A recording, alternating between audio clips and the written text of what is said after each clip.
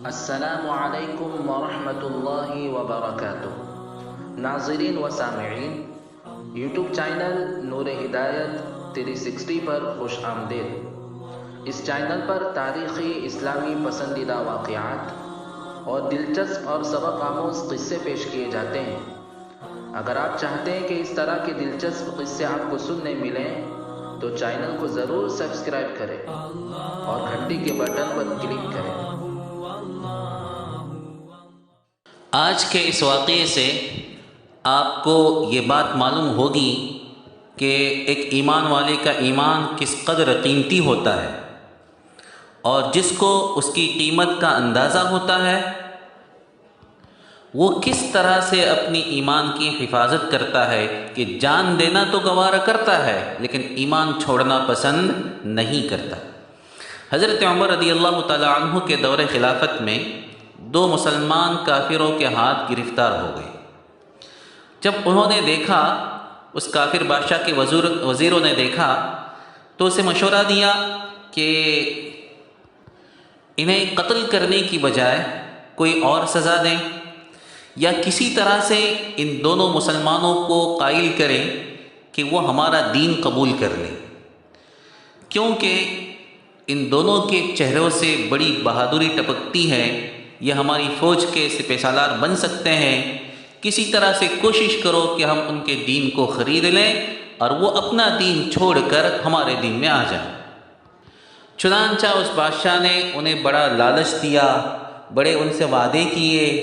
جب بات نہیں بنی تو پھر ڈرایا دھمکایا،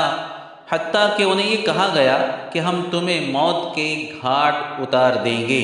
اس لیے بہتر یہ ہے کہ تم ہمارے دین کو قبول کر لو۔ لالچ بھی دیا، دھمکیاں بھی دی،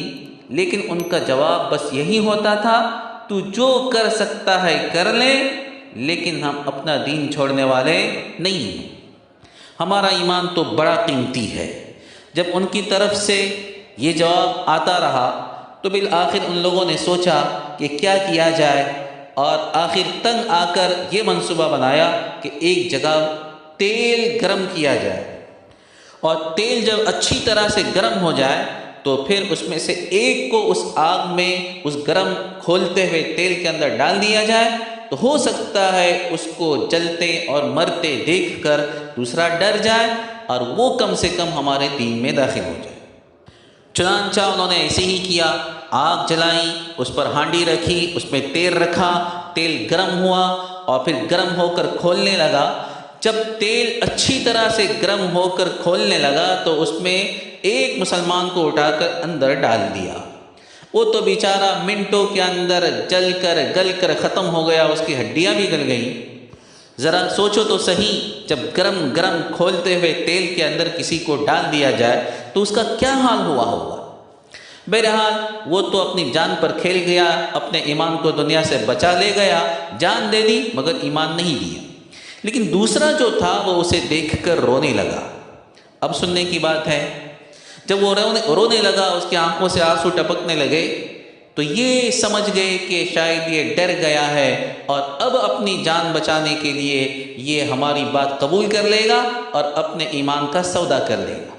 اس سے کہا کہ دیکھو، ہم تو پہلے سے ہی کہتے تھے کہ ہمارا دین قبول کر لو، اپنا ایمان چھوڑ دو، لیکن تم نے بات مانی نہیں ہے۔ اب شاید تمہیں یہ احساس ہو رہا ہے کہ موت کی تکلیف کیا ہوتی ہے، اور شاید تم ہماری بات ماننے کے لیے راضی ہو جاؤ گے۔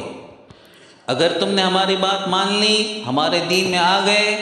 تو موت سے بھی تمہاری حفاظت ہو جائے گی، ہم تمہیں انعام اور اکرام بھی دیں گے اور اپنی فوج کا سپہ سالار بنا دیں گے۔ اس دوسرے مسلمان نے جواب دیا، یہ تمہاری خام خیالی ہے، شاید تم یہ سمجھ رہے ہو میرے آنسوؤں کو دیکھ کر کہ میں موت سے ڈر رہا ہوں، تو یہ تمہاری خام خیالی ہے، تمہاری غلط فہمی ہے کہ مجھے اپنی زندگی سے پیار ہے۔ مجھے رونا اس بات پر آ رہا ہے کہ چند منٹوں کے بعد میں بھی ختم ہو جاؤں گا، میری ایک جان تھی، ایک جان ہے جو میں اللہ کے حضور پیش کر دوں گا۔